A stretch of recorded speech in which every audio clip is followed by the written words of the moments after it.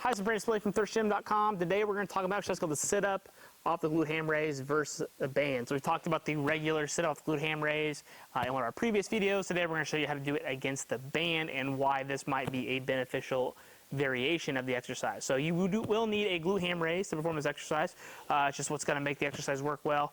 A decline bench will not suffice sufficiently like this because of the end range position, and that's pretty much all there is to that. Now, what I will tell you is that a lot of people think that going through spinal flexion is a bad thing. However, we're not really weighted here compressively and making shear force, so we should be completely fine. If you are having issues with this exercise, I would definitely consult a specialist and figure out why the flexion is giving you problems. You just got to think every time you bend over, tie your shoe, you're going through flexion. It's completely okay. The fitness industry has gone back and forth on this forever. It's a good thing to do both. We just don't want to get stuck into one way or the other. I'm not the biggest sit-up fan, but this is one variation that I am 100% behind. It did a lot for my own squat and deadlift training when I competed in powerlifting. So we're going to get up here, show you how it's done. To start things off, I've already got everything adjusted for me, but I've noticed that I've got a band tied down here to the handles. If you have a glute ham raise that has handles, this is great because we've got band pegs and handles on this one. So all I have to do is get in position, and then I'm good to go. Otherwise, you might have to drag like a dumbbell or a kettlebell or something to tie the band to be able to get this done. You can jerry-rig it up for sure. This is just conveniently here for us. And so when I do this exercise, I usually prefer to use this glute ham raise, where the other glute ham raise does not have band pegs attachments. So that's just kind of how I do it there.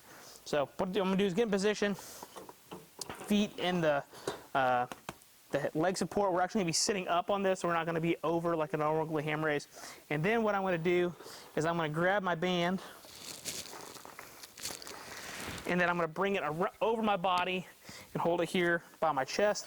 Very similar to a standing band crunch exercise. Very, very similar to that. We're just going to be on the glute ham raise. So here, over the shoulders. I've just got a mini band. This is a good amount of tension for this exercise. I'm going to lock my feet in. And then what I'm going to do is I'm going to let the band pull my upper body down. I'm going to stop when I'm completely parallel to the floor and then come back up. So my feet are here, down, back up, down.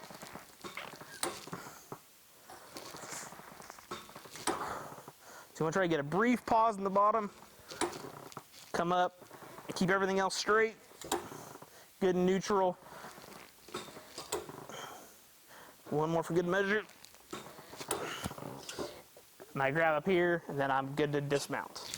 So, what are the benefits to the band option? Obviously, there's load involved, so we're in the bottom. The band is constantly trying to pull us backwards. What I really like about that part is when I'm getting parallel to the floor, I feel the band, I'm having to actually engage my abdominals more so than usual and resist it, which is fantastic for if you're having to have a squat or something like that. And you've got the weight back here. You want to make sure all this is good and tight in that position so that you don't move around. You're going to get a very similar feeling and feedback in the bottom portion of this exercise.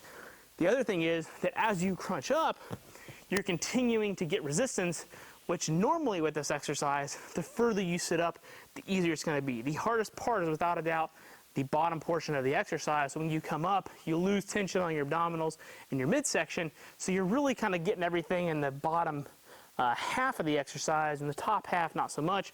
This takes that strength curve and basically flips that around and makes it a more evenly distributed exercise, and you kind of get more bang for your buck with this exercise. Obviously, I would recommend that you can make sure you knock out some good body weight ones without the band prior to using the band. But if you can do that, I do think the banded option is superior from a training effect standpoint. It does take a little bit of work to kind of get in position or whatever, but I do think you'll find that overall it just is a better exercise variation for this. So usually when I do this, I'm going to recommend between 10 and 20 repetitions with the banded option. The reason I say that is finding a right band that works great for you can be a bit challenging.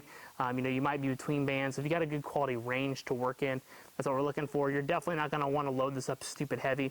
By all means, if you wanted to, you could also hold a weight with your chest on top of the band. I've tried that in the past. It's just a logistical nightmare. If you're training with training partners, it works great.